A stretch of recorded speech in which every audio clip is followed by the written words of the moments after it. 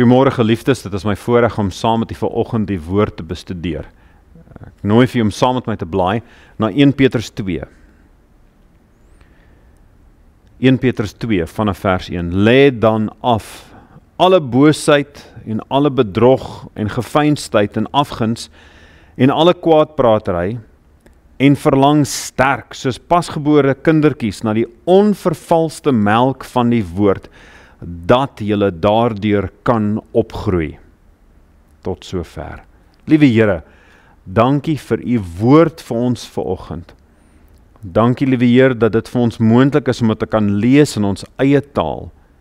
Ek bid, liewe Heer, dat u nou vir ons sal aanraak, dat ons hierdie sal hoor soos u wil hê ons dit moet hoor. Dat hierdie goeie saad in goeie grond sal val, asseblief. In Jesus naam bid ek dit. Amen. Daar is iets oor 'n ma en 'n kind.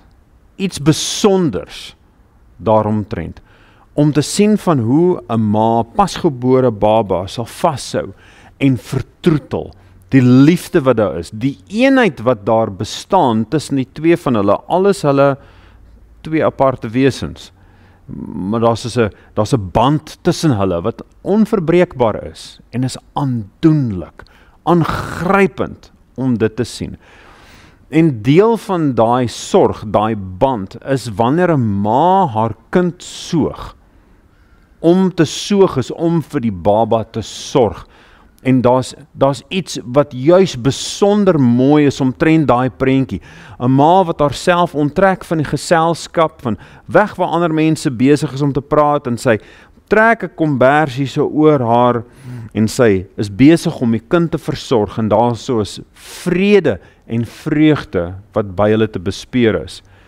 En mens weet wat gebeur dan, is dat die kind gaan groei. 'n Kind wat soog is 'n kind wat gaan groei. Daai baba sal net toeneem in grootte en in krag. En om te soog is om te sorg. Dit is net eenvoudig so. Selfs die sekulêre howe sal dit sterk afdwing dat dit 'n verpligting is van 'n ma om te sorg vir die kind. Daar sal al hofsaake gewees, kan nie nou meer, waar mense besluit het om nie vir 'n kind te sorg op hierdie manier nie, en dan gee hulle vir 'n kind sojamelk of iets soos daai. Maar die feit van die saak is dat nog soja, nog suiwel, doen naasten by dit wat moedersmelk kan doen. Dan sal die kind groei, en dan sal alles net werk. En ek kan nog onthou van wanneer my eie kinders klein was, die groot doel wat mens het, is om seker te maak, daai kind kry 'n volvoeding. Daai kind moet 'n volvoeding kry. Dit maak nie saak of wat se ander goeders in die wêreld aan die gang is nie. As daai kind 'n volvoeding kan kry, dan beteken dit, dan gaan die kind lekker kan slaap daarna, die kind gaan lekker kan groei, en die volgende keer as daar weer gevoer moet word, dan doen mens dit. Elke 3 uur siklus is dit wat baie mense doen, en dit is verseker wat in ons huishouding gewerk het. Elke 3 ure op die klok, dan word daai kind gevoer. En dan sal daai kind ook groei. Daai kind weet wat is, hulle kan voorspel wanneer hulle gaan eet, hulle voorspel wanneer hulle gaan slaap. Die liggaam kom in daai roetine, en dit werk. Dit werk. Nou, vanuit 'n geestelike perspektief, dan is dit presies ook net so wat nodig is om te gebeur. Dit moet so plaasvind. Dit is wat hier vir ons vertel word in Petrus se sendbrief. Lê dan af alle boosheid en bedrog en geveinsdheid en afguns en alle kwaadpratery, en verlang sterk soos pasgebore kindertjies. En as mens ooit gesien het hoe 'n kind reageer, as jy daar so, as hulle 'n bottel sien wat uitkom, of as hulle weet is naby 'n voedingstydperk, daai mond is sommer al klaar besig om so te maak. Hulle weet wat nou kom. verlang sterk soos pasgebore kindertjies, sê die woord. En dit wat Petrus vir ons hier sê, is hy nie besig om te sê net uit 'n teoretiese standpunt uit nie. Hy praat vanuit persoonlike ervaring. Hy self weet hoe belangrik dit is om 'n volvoeding te kry. Hy self het nodig gehad om boosheid en bedrog en geveinsdheid en afguns en kwaadpratery af te lê.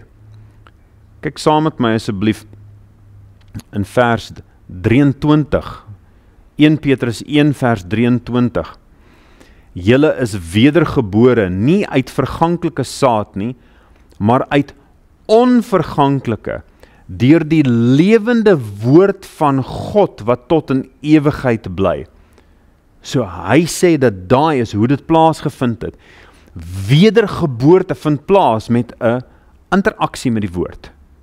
Nie sonder dit nie. Dit is nie deur my slim idees nie. Ek het nog nooit 'n idee gehad wat so goed is soos dit nie. Nie ek nie en ook nie u nie. Met alle respek gesê, ons kry dit uit die woord uit. Daaruit dan word ons wedergebore. En ons sien ook in Petrus se lewe van sy behoefte aan hierdie. Kom saam met my asseblief na Matteus 16. Matteus 16.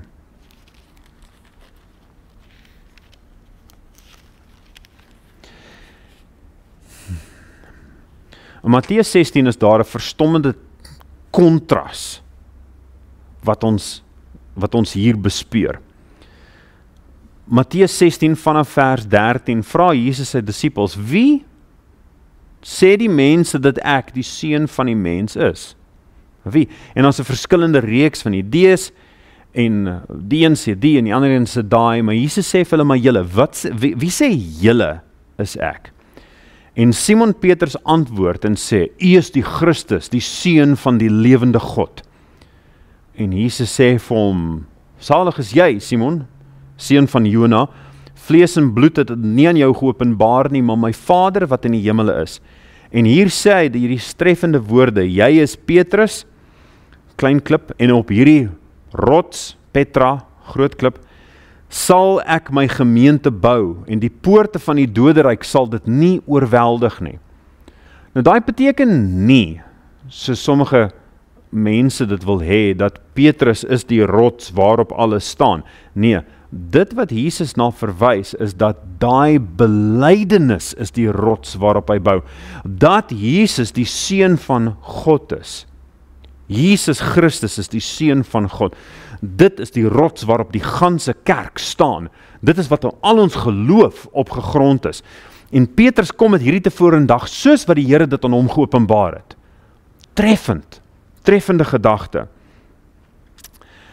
En enkele verse later sê Jesus vir sy disippels dat hy na Jerusalem toe moet gaan en dat hy oorgelewer gaan word en dat hy baie sal ly en gedood en op die 3de dag opgewek word, sê dit in vers 21. Vers 22, toe neem Petrus hom op sy en begin hom bestraf en sê: "Mag God dit verhoed, Here, dit sal u nooit oorkom nie." Petrus het nou net gesê, Jesus is die seun van God. Jesus het nou net vir Petrus gesê, dat dit is die rots wat die ganse belydenis op gegrond is. Geseënd is Petrus, en oomblikke later, dan sê Jesus: "Gaan weg agter my, Satan, jy is vir my 'n struikelblok, omdat jy nie die dinge van God bedink nie, maar die dinge van die mense." Hoe vinnig het dit nie gebeur nie. Hoe vinnig het daai draai nie plaasgevind nie. Dus is Petrus volkome in sy begrip, in sy verstaan van die wêreld, in sy optrede? Nee, hy is nie. Hy maak groot foute, daar is soos groot dinge wat hy eenvoudig nie weet, nie verstaan, nie begryp nie. En jy weet, u en ek is net so afhanklik van die Here. Daar soos, ek gaan net so kort ompaadjie. daar is 4 verskillende plekke in die teks waar daar gepraat word van wanneer mense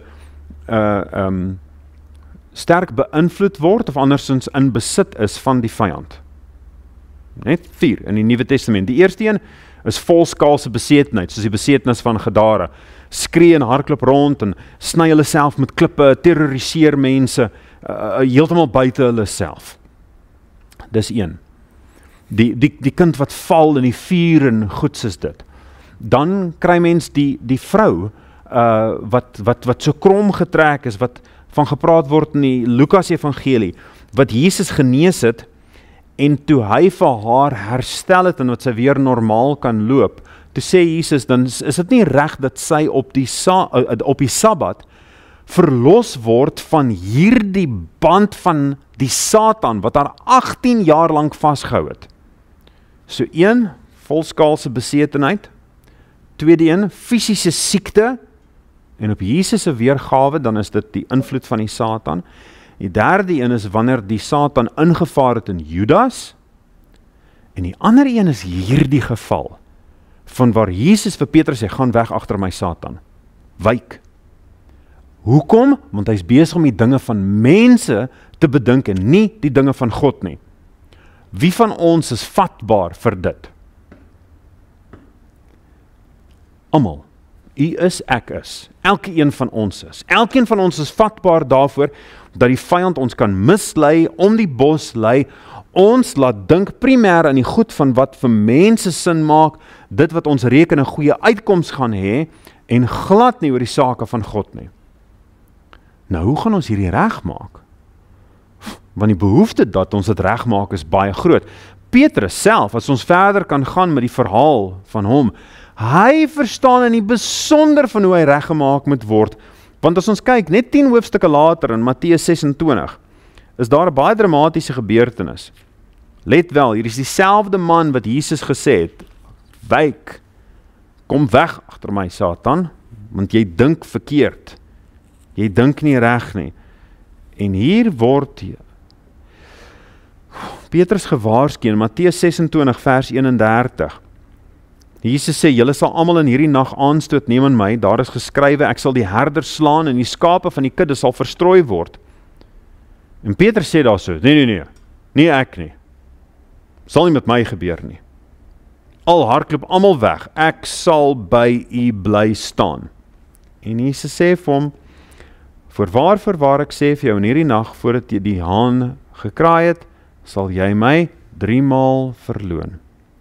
Petrus sê vir hom, al moet ek saam met u sterwe, sal ek u nooit verloon nie, en al die disippels sê dit, maar nie baie verder in daai selfde hoofstuk, dan sien ons wat gebeur.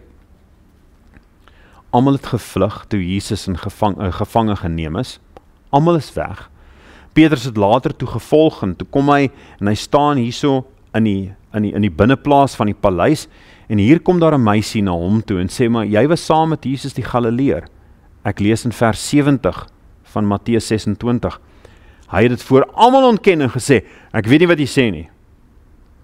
En hy sê later, hy met 'n eed ontken hy, dat hy by Jesus was. Ek ken die man nie.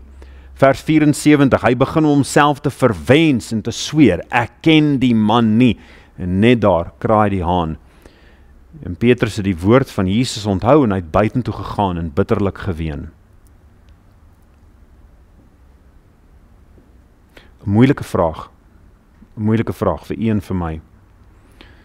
Hoeveel keer was ons nie onder die invloed van dit wat vir mense sin sou gemaak het, dit wat met menslike wysheid reg is, dit wat die vyand in ons oor gefluister het en gesê het, nee, hierdie is 'n goeie idee, hierdie gaan 'n goeie gevolg hê, goeie resultate van hierdie, draai dit.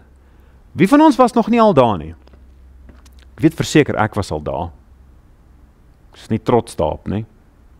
Maar dat ek gedink hierin van, ek dink ek in hierdie situasie op hierdie manier manipuleer, om het vir myself beter uitkomste te gee.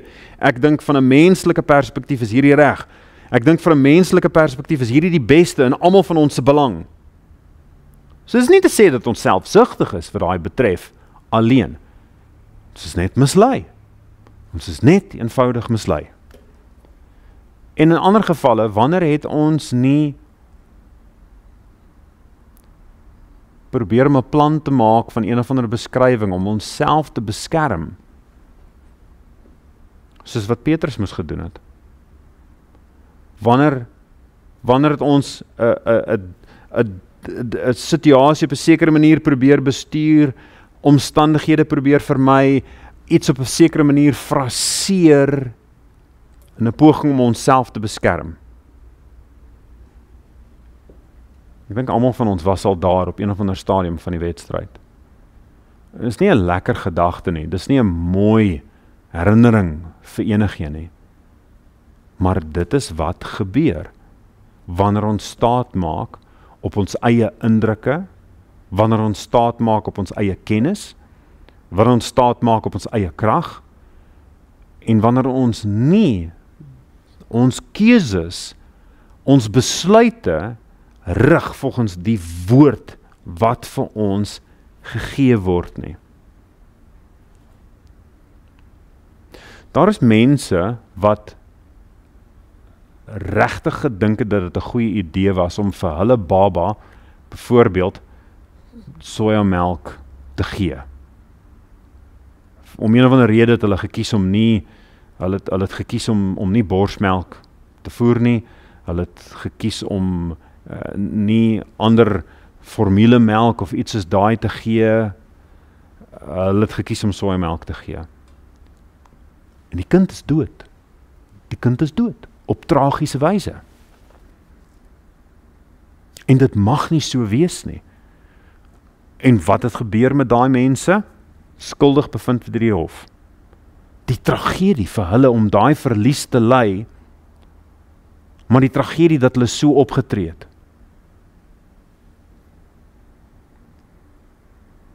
Was daar toegang tot die regte voeding?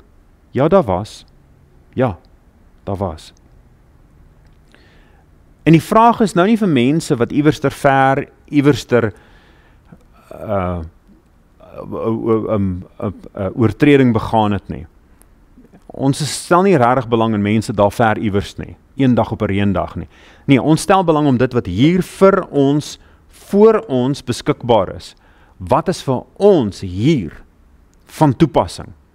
En dit wat hier nou op ons van toepassing is presies dit wat ons gelees het in die woord, is dat ons moet sterk verlang, soos pasgebore kinders, na hierdie onvervalste melk, die onvervalste melk van die woord, dat ons daardeur kan opgroei. En die belangrike gedagte wat ek hierso vir u wil uitdra, wat juis in die teks is, die woord verlang sterk, is 'n instruksie, dit is waar ons eintlik voordeel trek uit dit uit. Ek wil graag hierdie hê. Ek wil graag daai hê.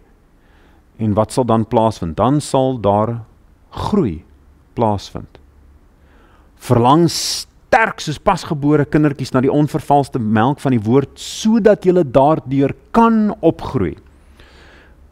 Let wel, groei is nie iets wat ek kan doen nie. Ek kan nie sit en kyk so graag as wat ek wil. Ek kan nie so kyk vir my armspiere en vir hulle nou sê dat hulle moet groter word nie. Dit werk net nie so nie. Ek kan so positief dink oor my armspiere soos wat ek wil. Of soos vir baie mense, hulle wil graag blokkies maag hê. Ek kan soveel kyk hier so vir my vir my maag en vir hom sê daar moet 'n blokkies maag wees. Maar dit gebeur nie so nie. Waarop moet ek my aandag toespits? Doen sit-ups. As jy blokkies maag wil hê, doen oefeninge. As jy groot spiere wil hê, dan moet dit geoefen word, maar dan moet geëet word. Geëet. Daar is twee, is nie die beste gesondheids. Dit is nie enigstens gesondheidsraad nie. Ek neem dit net hier so as 'n voorbeeld van groei. Maar liggaamsbouers, waarvan ek nie een van daai groepie nie, uit die aard van die saak, is dat daar soos twee afkortings wat hulle het, wanneer jy graag wil groei. En die een is GOMAD, en die ander een is DEAD. En GOMAD staan vir gallon of milk a day. Nou, 'n galling is 'n geweldige groot hoeveelheid melk. Ek hang af van hoe jy dit meet, maar ek dink dit is 3,5 liter. se melk, iemand het 'n rukkie terug my gesê, dis 5. Punt is, dis geweldig baie melk, elke dag, en as jy daai drink, dan sal jy groei. En DEAD staan vir dozen eggs a day. En ek dink as jy 'n dosyn eiers 'n dag eet, dan jy gaan miskien nie vinnig doodgaan nie, maar jou beursie sal, dan it's dead very soon. Maar groei sal wel plaasvind. Dit sal gebeur.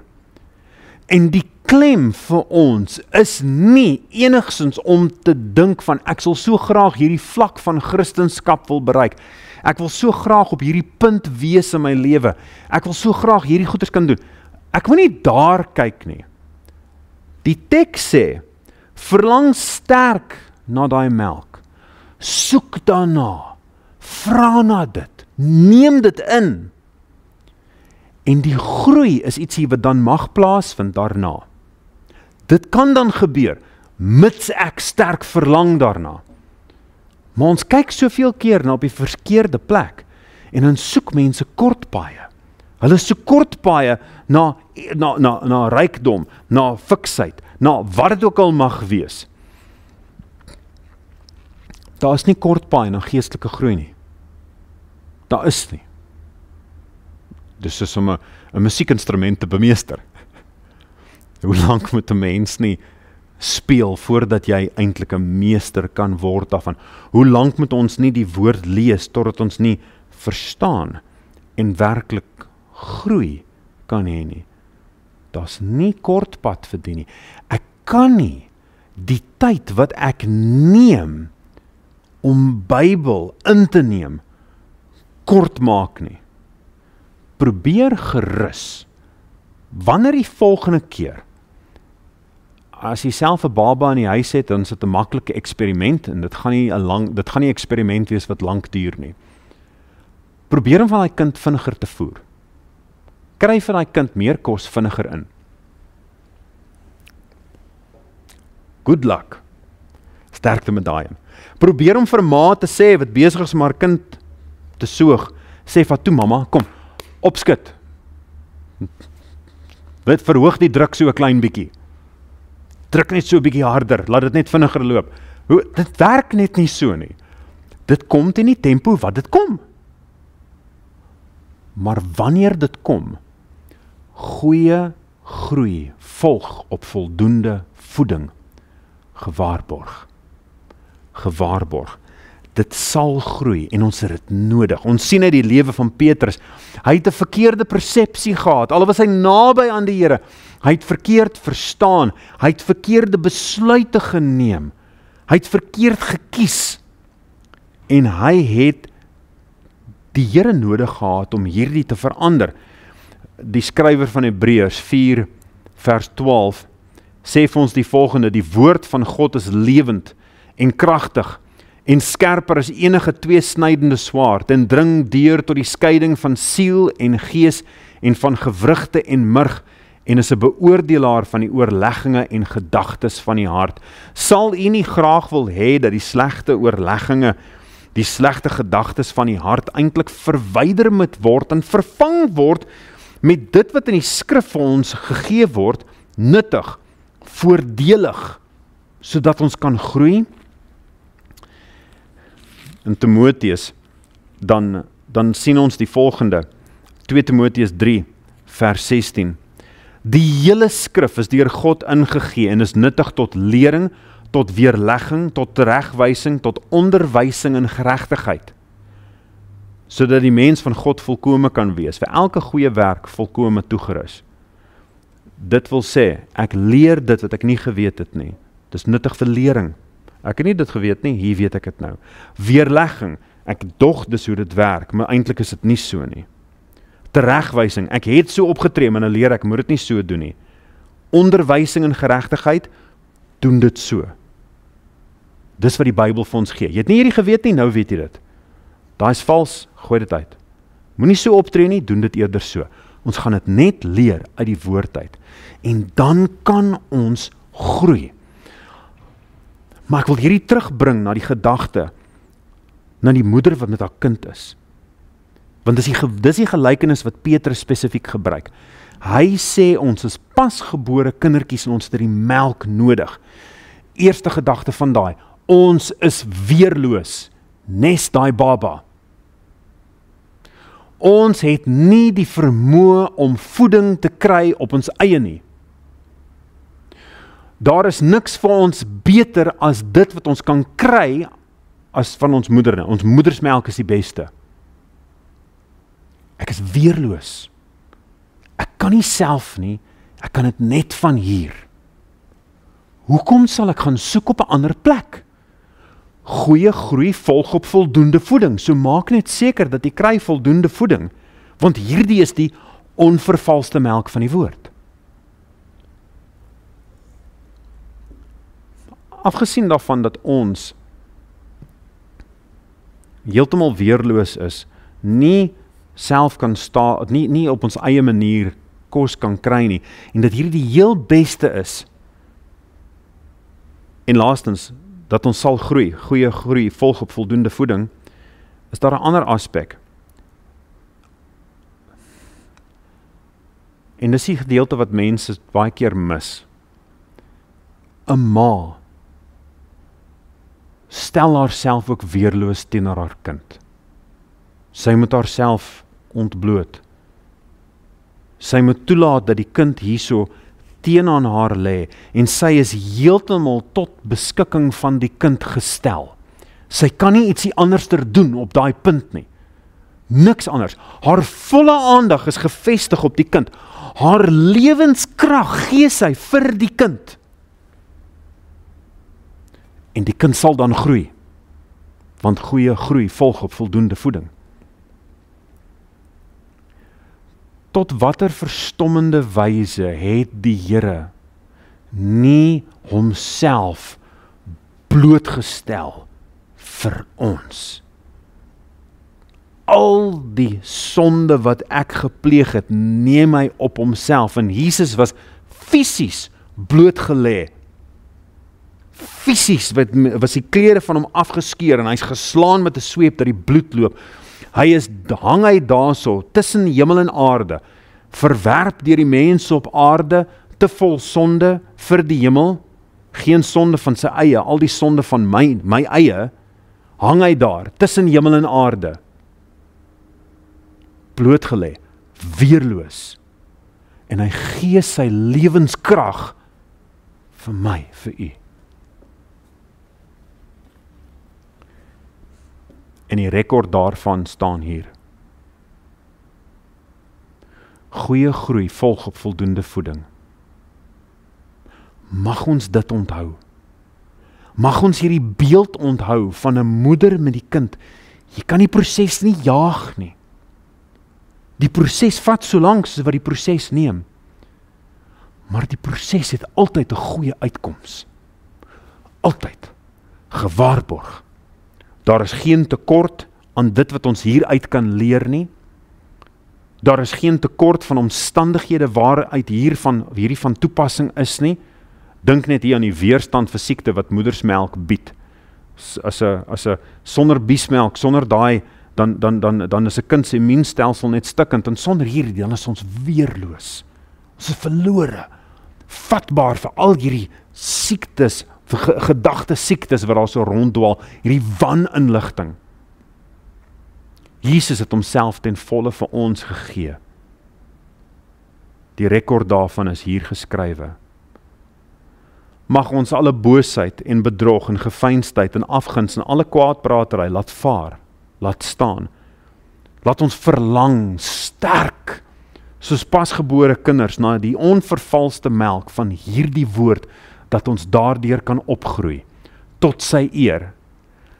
Want goeie groei volg op voldoende voeding. Gaan kry vandag genoeg van voeding vir u self hieruit. Nie net vandag nie, maar elke dag. Is u besig om te groei? Mag het so wees. Is u nie besig om te groei nie, vra vir jouself daai vraag af. Kry u voldoende voeding? Want wanneer ons voldoende voeding kry, goeie groei sal volg. Liewe Here, dankie vir u kosbare wonderlike liefde. Mag ons, liewe Heer, asseblief onsself nie besig hou met kwaadpratery en bedrog en skinder soos wat Petrus van gepraat het nie. Mag ons daai dinge laat staan. Mag ons die dinge wat net ydeltyd verkwisting is, mag ons dit laat staan en verlang om tyd deur te bring met U in die woord, dat ons kan groei, dat ons alles kan word wat U graag wil hê, dat U nie U self te vergeefs vir ons gegee het nie. Mag U seën rus, liewe Heer, op elkeen wat hierdie boodskap hoor, mag elkeen geseënd wees, soos wat hulle gaan neem van U die onvervalste melk van U woord, dat ons daardeur kan groei. In Jesus naam, amen.